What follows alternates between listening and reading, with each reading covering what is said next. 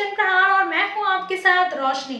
आज की टॉप खबरों के बारे में शुरू करते हैं, लेकिन सबसे पहले उनमें से है कोरोना अपडेट। तो आइए उसके बारे में पहले जो हेडलाइन है आज की उसके बारे में जान लेते हैं। एक बूथ पर रोज 200 का हो सकेगा टीकाकरण, 12 में से एक आईडी होगा मान्य। भारत में भी अब कोरोना वैक्सीन की मंजूरी व टीकाकरण अभियान शुरू होने का इंतजार है। केंद्र सरकार ने टीकाकरण अभियान को लेकर कुछ दिशा निर्देश जारी किए हैं। इनके अनुसार देश भर में टीकाकरण बूथ या केंद्र बनाए जाएंगे। वहां रोजाना अधिकतम 200 लोगों का टीकाकरण लगाया जा सकेगा। इन केंद्रों पर तमाम तरह के प्रबंध होंगे। टीका लगवाने के लिए जल्द लॉन्च होने वाले कोविन ऐप और रजिस्ट्रेशन कराना होगा।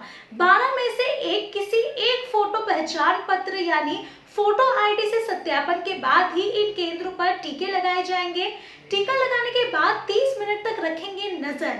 वैक्सीन लगाए जाने के बाद व्यक्ति पर 30 मिनट तक नजर रखी जाएगी ताकि ये जांच की जा सके कि उसे वैक्सीन का दुष्प्रभाव तो नहीं हो रहा। वहीं अगर पर्याप्त रख रखाव की सुविधा, प्रतिशालाएं, अवलोकन केंद्र के लिए जगह रहती है तो एक दिन में 200 लोगों का टीकाकरण किया जा सकेगा। पहले एक बूथ पर केवल 100 लोगों को वैक्सीन लगाने की अनुमति थी। वैक्सीन लगवाने के लिए किए जाने वाले पंजीकरण में व्यक्ति के पास 12 तरह के फोटो पहचान पत्र का विकल्प होगा, जिसमें से किसी भी एक का प्रयोग कर कोविड प्लेटफॉर्म पर पंजीकरण करवाया जा सकेगा। इनमें वोटर आईडी, आधार कार्ड, ड्राइविंग लाइसेंस, पासपोर्ट और पेंशन के दस्तावेज शामिल हैं। जिन लोगों ने वैक्सीन के जरिए पहले से ही पंजीकरण करवाया हुआ है, उन्हें अन्य के मुकाबले केंद्र पर प्राथमिकता दी जाएगी। अगली खबर है गर्भवती महिलाओं के लिए। गर्भवती महिलाओं को टीका के लिए करना पड़ सकता है लंबा इंतजार। कोरोना वैक्सीन से उम्मीदें बढ़ती जा रही हैं। चिंता इस बात की है कि गर्भवती महिलाओं और ब्रेस्ट फीडिंग कर रही महिलाओं के लिए वैक्सीन कब आएगी। क्यों ऐसा इसलिए क्योंकि अभी तक जो वैक्सीन सामने आई है उसमें किसी भी तरह से गर्भवती या ब्रेस्ट फीडिंग महिलाओं पर परीक्षण नहीं हुआ है। ऐसे में सवाल उठना लाजमी है कि क्या गर्भवती महिलाओं को वैक्सीन के लिए लंबा इंतजार करना पड़ेगा। टीका लगवाने की हड़बड़ाहट ना करें, अपना बचाव करना होगा सबसे अहम।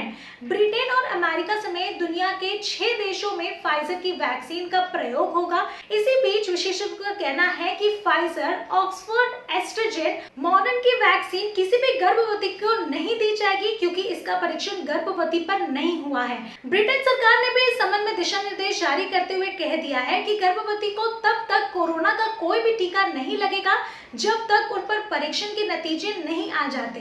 वायरस आधारित वैक्सीन खतरनाक। वैज्ञानिकों का कहना है कि अभी भी वैक्सीन सामने है, उनके तौर पर तैयार में कोरोना में अंश का प्रयोग हुआ है। आशंका है कि अगर ये वैक्सीन गर्भवती को लगती है तो इसके प्रभावित में गर्भ में पल रहे बच्चे के स्वास्थ्य को नुकसान पहुंच सकता है, जिसके चलते अभी तक किसी भी गर्भवती महिला पर ये परीक्षण नहीं किया गया है और तब तक भी किसी भी तरह से जो अगर वैक्सीन कहे या फिर टीकाकरण कहे वो नहीं दिया जाएगा किसी भी गर्भवती महिला को जब तक ये सफल नहीं हो जाता।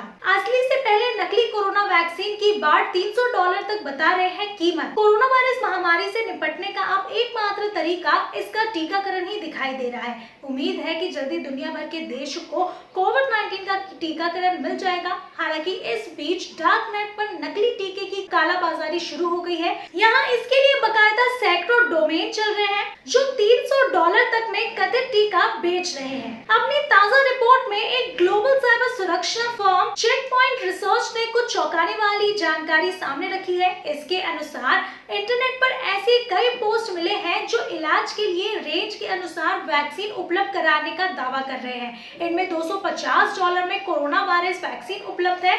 अब कोविड-19 को कहो बाय बाय और जल्दी खरीदो, कोरोना वायरस वैक्सीन आ गई है, लिखा है। फॉर्म में बताया गया है कि डार्क नेट पर कोविड-19 वैक्सीन का व्यक्तिगत स्तर पर प्रचार हो रहा है। नकली कोरोना वैक्सीन को लेकर यूरोपीय यूनियन की एजेंसी ने इस संबंध में पिछले सप्ताह तक चेतावनी जारी की। इसमें कहा गया जब कोरोना वैक्सीन उपलब्ध होगी बहुत संभव है कि वो ऑनलाइन बिक्री के लिए उपलब्ध नहीं होगी।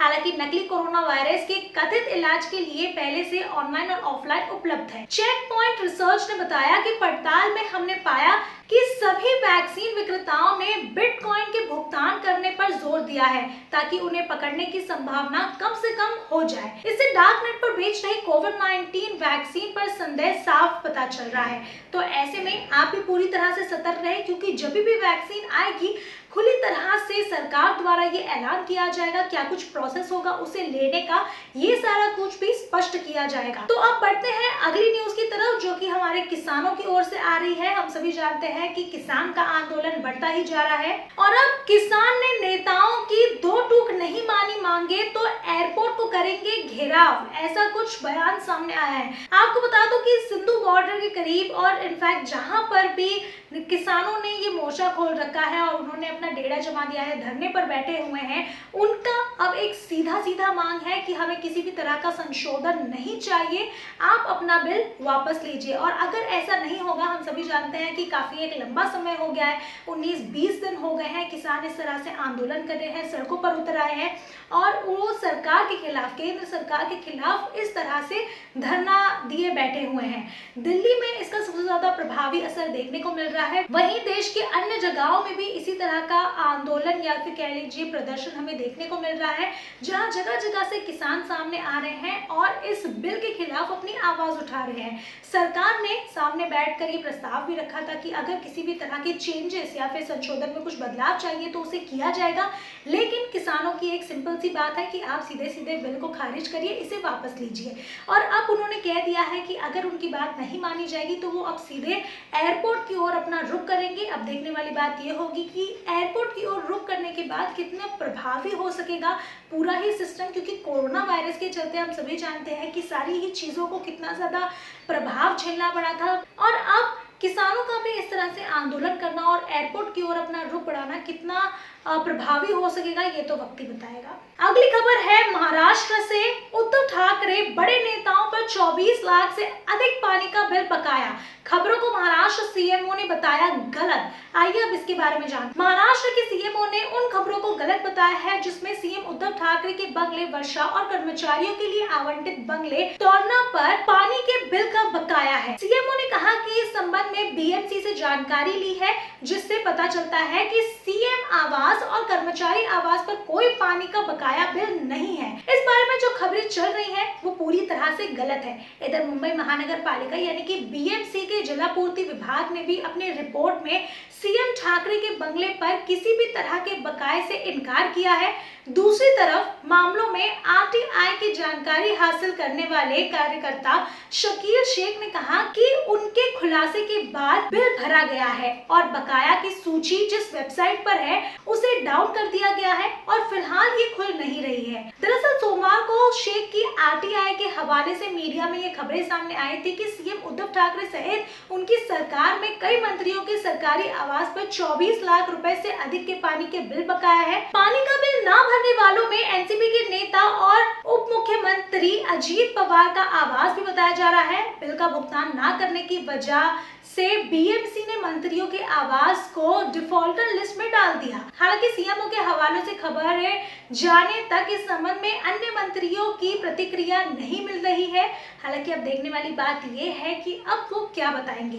बता दें कि आईटीआर के हवाले से बताया गया था कि सीएम और अन्य मंत्रियों ने सरकारी आवास पर 24.26 लाख रुपए के पानी के बिल बकाया है। इसमें बताया गया है कि ठाकरे के वर्षा बंगले पर 24,916 रुपए का बकाया है। इसी तरह डिप्टी सीएम अजीत पवार के बंगले पर 1,35,300 रुपए का बकाया है। पूर्व सीएम और भाजपा नेता देवेंद्र फडणवीस के बंगले पर 1,24,533 रुपए का बकाया है। महाराष्ट्र सरकार में मंत्री और एनसीपी नेता अजीत पवार के बंगले वहां पर 1,15,238 रुपए का बकाया है। तो इसी तरह और भी कई सारे नेता हैं और कुल मिलाकर 24 लाख रुपए का जो इनका बिल है वो अभी तक बकाया है। अगली खबर है उन लोगों के लिए जिन्हें रेल में भर्ती के लिए इंतजार करना पड़ता है, तो अब आपका इंतजार खत्म हो चुका है। रेलवे भर्ती सेल ने निकाली है बम्पर नौकरियां, आप भी कर सकते हैं आवेदन। अगर आप नौकरी खोज रहे हैं तो आपके पास रेलवे में नौकरी करने का एक सुनहरा अवसर है। दरअसल रेलवे भर्ती सेल ने बम्पर नौकरियां निकाली हैं जिनके लिए 15 से लेकर 24 साल तक के युवा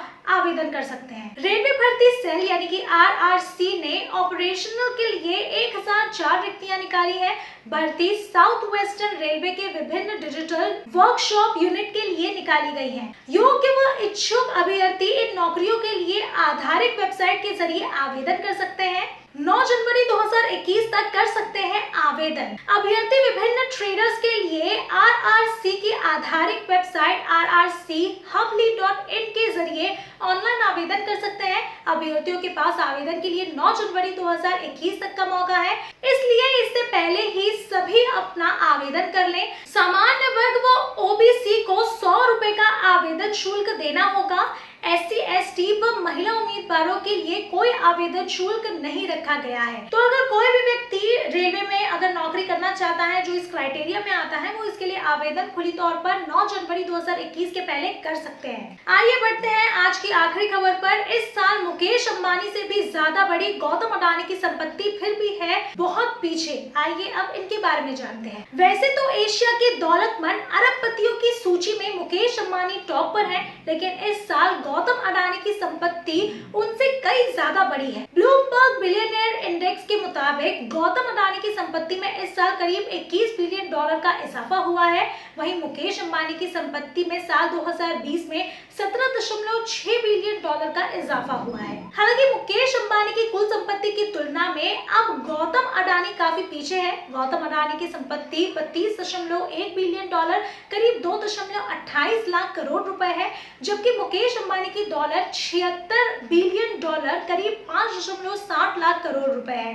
इसके पार पहुंच चुकी है, यानी अडानी के मुकाबले अंबानी की संपत्ति बड़ी गुना है, इनफैक्ट बहुत ज्यादा है। वहीं ब्लूमबर्ग बिलियनियर इंडेक्स पर गौतम अडानी 40वें स्थान पर है, जबकि मुकेश अंबानी की रैंकिंग 10वीं पर है। कोरोना काल के बावजूद बड़ी संपत्ति मुकेश अंबानी और गौतम अडानी की संपत्ति में इजाफा ऐसे समय में हुआ है जब भारत समेत दुनिया भर में कोरोना पर बहुत ही ज्यादा प्रभाव देखने को मिला, लेकिन उसके बावजूद भी इनके दौलत में काफी ज्यादा इजाफा हुआ है।